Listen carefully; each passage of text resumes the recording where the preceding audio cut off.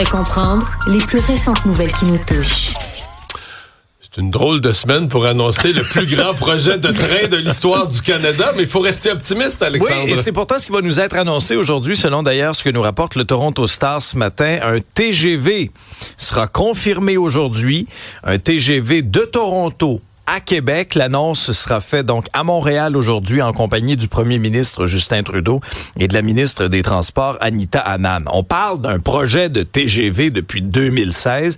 On avait priorisé dans les dernières années un train à grande fréquence. Or, semble-t-il que là, selon les informations du Toronto Star, on reviendrait à cette possible mouture du TGV. Maintenant, moi, j'avoue que je suis totalement partisan du TGV. Ben en fait, tant qu'à en faire un. C'est ça. Sinon, je suis partisan de faire rien, là. Tu sais, grande fréquence, je comprends l'objet, là, il en passe souvent, mais si tu vas pas plus vite, les gens vont prendre l'avion. Non, mais les gens vont prendre l'avion entre Montréal et Toronto. Puis oui. Si tu veux, tu sais, j'ai l'expression, je l'ai en anglais, mais un game changer, là, quelque chose qui change la donne, là, qui change l'ordre des choses. Il faut que tu parles, OK, tu fais Montréal-Toronto en 3 heures. Oh, OK. Là j'écoute. Là, tu viens de changer les comportements, d'offrir une nouvelle option. Mais, tu sais, de dire ça va prendre le même temps qu'en auto ou le même temps que le train actuel, mais il va en passer plus souvent. Si c'était gratuit, je dirais OK, là, mais est-ce que ça vaut la peine d'investir des milliards pour un projet qui change pas grand-chose? Alors, tant qu'à le faire, je dis ça, c'est vraiment dans nos rénovations de maison, le tant qu'à le faire, fait le don. Ben là, tant qu'à faire un gros investissement dans le train, l'investissement d'une génération, fais-le. Fais un TGV. Et tu parlais de Toronto-Montréal en 3 heures et Montréal-Québec en 1h30. Moi, pour avoir fait très souvent le trajet Montréal-Québec en train dans les 11 dernières années. Toi, pour Salut Bonjour, ça pourrait t'intéresser, là. Ah ben oui, en 1h30, ben oui, certainement. C'est vraiment 1h30, là. Oui, parce qu'actuellement, tu vas-tu encore faire cet horaire-là dans 15 ans? Parce que le TGV, d'après moi, il sera pas prêt. Il sera pas prêt en 2026. Là. Qu'est-ce qui va durer plus longtemps, mon contrat ou l'échéancier? Je sais pas. Mais donc ça fait partie des gros points d'interrogation de la journée. L'échéancier, le montant total, la presse avance, bon, bien sûr, plus de 100 milliards de dollars. Je vois aussi même 200 milliards de dollars. C'est majeur, mais ce sera donc annoncé, confirmé aujourd'hui. Il faut comprendre actuellement avec un train, par exemple, de Via Rail, là, pour l'avoir pris souvent. On a toutes, je pense, des anecdotes là, de trains. C'est parce que c'est pas les trains qui ont la priorité, ce sont les trains de marchandises qui ont la priorité. Alors, ça peut arriver parfois que ça rallonge considérablement un trajet, je vais te dire comme ça pour être poli, alors que là, on serait pas du tout dans une situation comme celle-ci. Là, en TGV, puis moindrement qu'on voyage un peu, comme en Europe, par exemple, tu y étais il y a quelques jours à peine, j'y étais l'été dernier, moi j'avais fait Paris-Nice en TGV. Ben, ça prend 3 secondes d'écart. Ben oui. Ah ouais, puis je pense que si je ne me trompe pas, le Canada est le seul pays du G7 qui n'en a pas. Il n'y en a pas. Qui n'a pas de train à grande vitesse. Ben, à surveiller. Oui, donc... TGV au REM. T'avais mis dans tes nouvelles séries de perturbations pour le REM. Là, ça n'incluait pas initialement celle de ce matin, qui est une petite surprise de dernière minute. Ouais. Mais ouais, hier, en fait, c'est la ministre Guilbeault qui a convoqué les gens du REM. On ne sait pas trop ce qui s'est dit exactement, des gros mots. Il y avait quand même beaucoup de gens à cette rencontre-là, c'est-à-dire l'opérateur du REM, CDPQ Infra, le fabricant du matériel roulant, Alstom, mais aussi l'autorité régionale de transport métropolitain qui est responsable du plan de relève, si vous voulez. Maintenant, la ministre des Transports, Geneviève Guilbeault, a expliqué que le réseau était encore en rodage. Elle a rapporté qu'au terme de sa rencontre, il y a des correctifs qui sont déjà en train d'être mis en place pour régler plusieurs problèmes reliés au déneigement. On a vu ce que ça donne ce matin. Je vous rappelle que le service, en raison d'un problème technique, est au ralenti dans les 2 directions. On attend toujours un échéancier ce matin, que le service aussi a pris fin à 23 heures en raison d'une opération de déneigement, justement pour améliorer les problèmes d'aiguillage. Ce qu'on dit du côté de la ministre des Transports, c'est que les effectifs affectés au déneigement ont été triplés. Madame Guilbeault a dit aussi qu'elle avait profité de sa rencontre avec les gens autour de la table pour leur donner quelques conseils en matière de communication pour éviter de perdre la confiance des usagers. Alors on voit ce matin, on a quand même fait un message sur les réseaux sociaux. Mais j'entends beaucoup ça, là, Alexandre, ce problème de communication. C'est vrai qu'il y a eu des problèmes majeurs de communication. Mais excusez-moi, là. Faut que ça marche un train. Là. Au-delà de la communication, il y a un point, là. Même que tu as les meilleurs attachés de presse qui te font le meilleur communiqué de presse sans faute à la seconde près pour te dire que le train marche pas, l'auditeur à l'autre bout, il va conclure, ouais. Le train marche pas. Je sais pas, là. Oui, des problèmes de communication, il y en a eu parce qu'à un moment donné, on n'avertissait pas les gens. Mais mettons, hier, là, au niveau des communications, ça n'a pas été si pourri que ça. Non, on savait que ça marchait mal, puis avec une belle fréquence. Il nous en informait. Il nous en informait dans un délai fort raisonnable, mais le train marche pas, t'sais. Bon, les sondages s'accumulent au gouvernement fédéral et sont de plus en plus inquiétants pour les conservateurs. Ah, vraiment, c'est incroyable. Selon notamment un dernier coup de sonde, c'est un sondage Angus Reid. Donc, on peut vraiment parler d'effet Carney. Alors, prenons le scénario le plus probable, là, que M. Carney soit élu, donc choisi pour succéder à M. Trudeau. Alors, supposons que c'est lui, là, le nouveau chef du Parti libéral. Ben, il y aurait une bataille extrêmement serrée avec Pierre Poilievre. C'est-à-dire que M. Poilievre est toujours en avance, mais avec 40 %. Carney, avec les libéraux, 37 %. Mais ça, c'est un nez à nez dans les faits. Ben oui. Parce que les conservateurs ayant un vote très concentré dans l'Ouest canadien, doivent, pour être nez à nez, doivent avoir, mettons, 2 % de plus, 2-3 % de plus que les libéraux. Donc, à 37-40, je sais que ça fait bizarre, mais c'est toujours ce qui arrive quand ton vote est concentré. Là, quand en Alberta, t'es à 60 %, ça crée une grosse masse de votes qu'il faut... quand tu fais l'élection, là, c'est dans l'ensemble du Canada qu'il faut répartir. Donc, c'est une remontée, en fait, à peine imaginable. Une remontée vraiment spectaculaire des libéraux. Je disais inquiétant pour les conservateurs. Oui, parce qu'eux autres, ils étaient comme quasiment sûrs du pouvoir, puis là, tout à coup, c'est moins sûr. Mais si c'est inquiétant pour les conservateurs, c'est paniquant pour le Bloc et le NPD qui, eux, là, ça leur dépend. Oui, eux, ils goûtent, là. Oui. Dans le cas du NPD, 10 % seulement. Ça, c'est une baisse de 11 points depuis les fêtes. 11 points. Mais Alexandre, t'es conscient que quand il était à 20-21 % de Jack Metzing, le Parti libéral était à 21, 22, 23. Donc, Singh était sur le bord d'une percée du NPD de 50, 60, 70 sièges. Pas le pouvoir, là, mais une grosse percée. Peut-être même le NPD redevenant l'opposition officielle. Et là, Jack Metzing, à ce moment-là, il a sauvé Justin Trudeau. Il a prolongé la vie du gouvernement libéral. Probablement que là, il va finir, si les élections étaient demain matin, il finirait avec une poignée de sièges. Lui, dehors de son parti, à coup de pied à mauvaise place. Lui, à mon avis, présentement, là, c'est le grand perdant de cette histoire-là. Et il doit se mordre les pouces de pas avoir renversé Justin Trudeau quand il y en a eu l'occasion. Et pour le Bloc, c'est moins dramatique, mais quand même. Ouais, au Québec, c'est vraiment le Bloc qui écope. Parce que là, le Bloc passe derrière les libéraux. Et conservateur troisième avec 22 % des appuis. Pas compliqué quand on calcule ça, là, pour le Bloc, c'est moins 14 en 3 semaines au niveau des intentions de vote. Moins 14. Il était loin premier. Un peu comme les conservateurs à l'échelle du Canada. Il était loin premier. Mais là, il passe deuxième derrière les libéraux. C'est aussi la tendance. Maintenant, est-ce que c'est un feu de paille? Il reste que Mark Carney, c'est tout nouveau, tout beau. Il y a une excitation.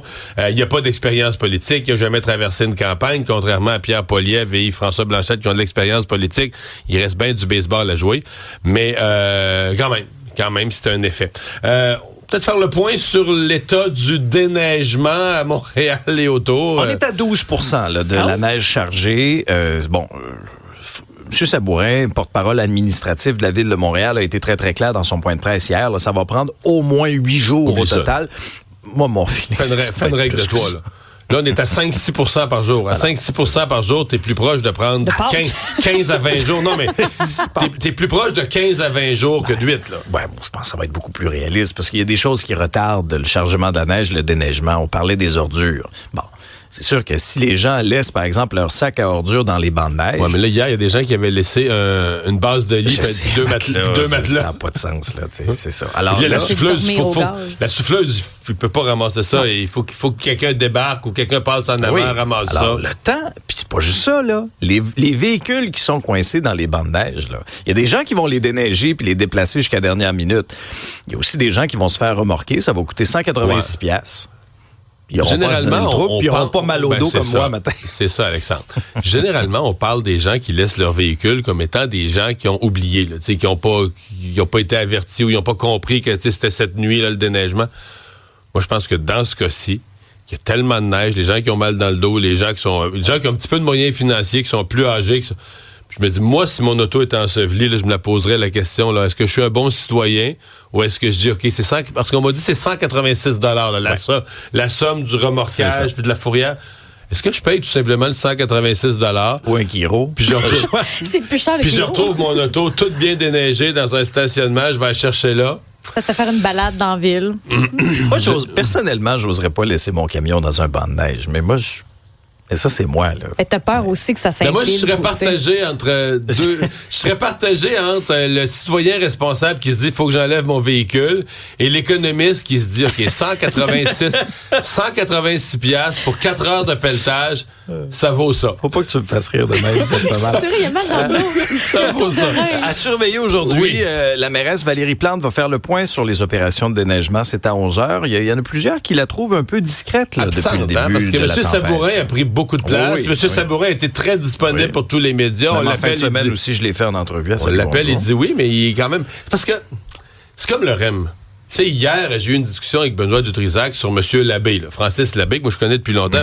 Puis là, Benoît trouvait que j'étais pas assez sévère avec lui, mais je dis, Benoît, c'est le gars des communications. C'est le porte-parole. C'est le porte-parole. Lui, là, il décide de rien. Il n'y a pas de contrôle sur les budgets. Il connaît pas ça, l'aiguillage. Il est pas ingénieur. Fait que lui, là, il donne une feuille avec, mettons, 6 lignes de communication. Voici la cause, voici ce qu'on fait. Même, j'écris par la tête, là. Il peut rien faire. Fait que c'est pour ça qu'il y a un point où il faut que les vrais décideurs, là, les gens de la CDPQ Infra, les gens qui ont la main sur les budgets, les gens qui peuvent embaucher plus de personnel, viennent en entrevue. C'est correct, le porte-parole, c'est une situation d'urgence pour venir nous expliquer ce qui se passe. Mais il y a un point que les vrais décideurs doivent donner des entrevues. C'est un peu pareil à la Ville de Montréal. M. Sabourin, c'est un porte-parole. C'est un bon porte-parole avec bien de l'enthousiasme et du bagou, mais il est pas gestionnaire de budget. Il peut pas rien changer. Il peut pas donner des nouveaux ordres au col bleu. C'est pour ça qu'à un moment donné, pourquoi on veut entendre la mairesse? C'est parce qu'elle a les manettes. Elle contrôle les leviers décisionnels. Donc, quand on y pose des questions, si on la brasse un peu en entrevue, elle doit répondre de ses actes et non pas simplement nous réciter des lignes de communication que les décideurs lui ont fournies. Enfin, pour moi, là, c'est une nuance très, très importante. Mais on va écouter la mairesse à 11h. Enquête donc qui se poursuit sur cet écrasement à Toronto, en même temps qu'on a les témoignages de quelques... Oui. C'est des anglophones, là, je les ai entendus sur CNN. Les gens qui l'ont vécu de l'intérieur. Oui, puis on a vu des nouvelles images aussi. Hein. On vous les présentait également, des images tournées vraiment où on voit toute la séquence de cet appareil qui est en approche à Pearson. Contact très, très dur avec le sol. On voit justement des étincelles, des flammes. L'appareil perd une aile et se retourne par la suite là, sur le toit. Maintenant, hier, un expert disait une chance que les ailes ont arraché. Oui, c'est vrai, j'entendais ça hier. Parce que ça a vidé le kérosène. Le kérosène est dans les ailes. Fait que l'aile, en arrachant, tu libères le kérosène, qui peut s'inflammer, mais t'évites l'explosion. T'sais, le kérosène n'étant pas coincé à l'intérieur d'un réservoir, je comprends. T'évites l'explosion. Donc, il se répand. Les gens le disent à l'intérieur, ça sentait le kérosène, c'était épeurant. Mais c'est moins pire du kérosène qui se répand que du kérosène qui est coincé et qui devient une bombe, là. Il disait aussi que la structure, l'avion a été bien conçu aussi. Pour les protéger. Oui. Parce que dans le contexte actuel, c'est miraculeux qu'il n'y ait pas eu de décès. Je pense qu'au-delà des causes de tout ça, c'est le fait qu'il n'y ait pas eu de décès parmi les 80 personnes qui étaient à bord. Il y en a quand même 21 qui ont été blessées. C'est le dernier bilan. Maintenant, là, c'est l'enquête du BST, le Bureau de la sécurité des transports. On a récupéré les boîtes noires. Donc, les boîtes noires vont nous amener aussi des informations importantes. L'autre point d'interrogation, c'est est-ce que la tempête a joué un rôle dans tout ça? On connaît les conditions qui étaient extrêmement difficiles. Puis c'est possible qu'il y ait eu une rafale de vent. Tu sais, le vent, il souffle pas égal. Il y a eu une rafale au dernier moment. Moi, je pense que c'est une des...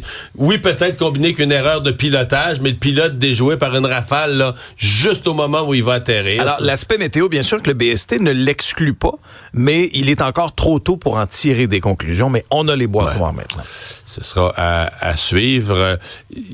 Petite remarque quand même, j'ai l'impression, tout ce que je vois de témoignages, d'explications, j'ai l'impression que les agents de bord ont été là, d'un professionnaliste, tu sais, parce que les autres, ils sont dans l'accident. T'as beau dire t'es agent de bord, là, mais c'est pas comme si t'es protégé de la mort ou de l'accident ou de la blessure. Humain, là. Et ils ont, ce que les gens décrivent, c'est qu'instantanément, là, quand tout s'est immobilisé, ils se sont mis en opération, ont suivi les protocoles, ont aidé les gens à descendre de l'avion. Et écoute, c'est remarquable sang-froid, remarquable professionnaliste, mais ça semble avoir été assez exceptionnel, là, le travail des agents de bord. C'est que même si t'es formé pour ça, là, tu sais pas comment tu réagis là, en situation de crise. C'est ça. Donc, Voilà, ils ont réagi professionnellement selon toutes les informations disponibles. Rendez-vous du cinéma, ça commence aujourd'hui. Oui, c'est 43e rendez-vous Québec Cinéma. C'est Debbie Lynch qui en est la porte-parole cette année. On sait que c'est pas évident là, avec la fermeture des cinémas Gouzeau, entre autres, et tout ce qui se passe dans le domaine de la culture. Donc, ces rendez-vous-là jusqu'au 27 février ont leur importance sur la visibilité des films québécois. Avec les inquiétudes actuelles et la façon dont on semble traiter la culture chez nos chers gouvernements, ça, plus que jamais, faut se célébrer et être là et être vivant. Beaucoup de documentaires qui sont présentés cette année, mais c'est aussi l'occasion de revoir des films dont on a parlé comme Mademoiselle Bottine, Tout stocké, À babouiner, La bataille de Saint-Léonard, entre autres, qui font partie de la programmation. Je lui ai demandé d'ailleurs, ça a été quoi les moments forts, là? Qu'est-ce qu'on doit regarder là, si on veut faire des choix d'ici le 27 février? Des trucs très ludiques, là, comme un bingo en clin d'œil aux belles-sœurs, justement. Il va y avoir une soirée bingo, mais il y a aussi des leçons de cinéma, comme des rencontres avec Stéphane Lafleur, entre autres, Michel-Marc Bouchard. Moi, je vais animer une carte blanche, une rencontre où j'ai envie de mettre en lumière le métier de directeur de casting. Donc, je vais rencontrer 2 directeurs de casting, parler des enjeux. Oui, des enjeux donc dans les auditions, le processus de sélection, comment ça fonctionne, pourquoi il y a de moins en moins d'auditions, le phénomène des self-tapes. Donc, de plus en plus, depuis la pandémie, les comédiens se filment eux-mêmes et envoient les vidéos. Parfois, c'est juste ça, l'audition. Ce qui t'a amené à parler d'audition avec Debbie Lynch-White? Là, j'ai dit les coulisses, les anecdotes. J'ai dit, toi, t'en as-tu des anecdotes d'audition, mettons? Ah oui, j'ai déjà fait une audition pour un rôle de promeneuse de chiens. Avec des chiens invisibles. Je devais tenir 5 chiens avec des laisses invisibles. C'était pathétique.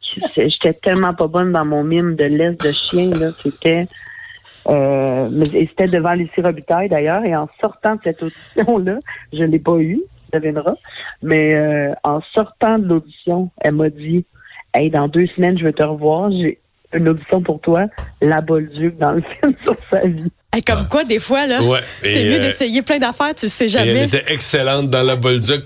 Visiblement meilleure qu'à mimer des chiens qui tirent sur leur laisse. Mention également au film sur Maurice Richard et l'hommage à Julien Poulin aussi dans la programmation des Rendez-vous Québec Cinéma. Et là, tout le monde se prépare pour cette finale de la confrontation des 4 nations. On a tellement hâte, honnêtement. C'est le scénario rêvé. Canada-États-Unis en finale de cette confrontation des 4 nations. Par contre, du côté américain, Mario, il va manquer un gros morceau. C'est Charlie McAvoy, qui est aux prises avec une mystérieuse blessure au haut du corps. Il a même été admis à l'hôpital en début de semaine. Mais on parle d'une blessure qui aurait conduit à une infection. Ouais, c'est ça. Alors ça, c'est clair que McAvoy ne sera pas dans la formation américaine. Il y a 2 frères qui seront là, par contre. Les frères Tkachuk. On sait blessés, mais des blessures mineures, mais pas assez pour manquer le match. Non, c'est ça. Les 2 seront confirmés. J'ai quand même entendu un commentaire de Renaud Lavoie, une réflexion de Renaud Lavoie sur le fait que c'est la coupe pour le public, là, tout le monde a aimé ça, la Coupe des 4 nations, mais que les directeurs généraux des équipes ont probablement posé des questions parce qu'il y a quand même eu beaucoup de blessures. Ça a joué avec énormément d'énergie, ça a joué comme du hockey de série. Et c'est certain que, tu sais, une équipe qui est en course pour les séries, en lutte pour une place dans les séries, puis que ton joueur étoile, parce que ce n'est que des joueurs étoiles qui sont là, ton joueur étoile de l'équipe revient de là blessé ou amoché ou à moitié sur une patte. Toi, t'es comme équipe de hockey, là, tes revenus, ils viennent des séries éliminatoires. Tu sais, la Coupe des Nations, ça te rapporte rien, là. Fait que, est-ce que ça va être remis en question, ce genre d'événement-là, dans l'avenir? À cause des blessures. C'est ça, c'est un très bon point. Et savez-vous qui a été invité d'ailleurs à la finale de la confrontation des 4 nations? Le Donald.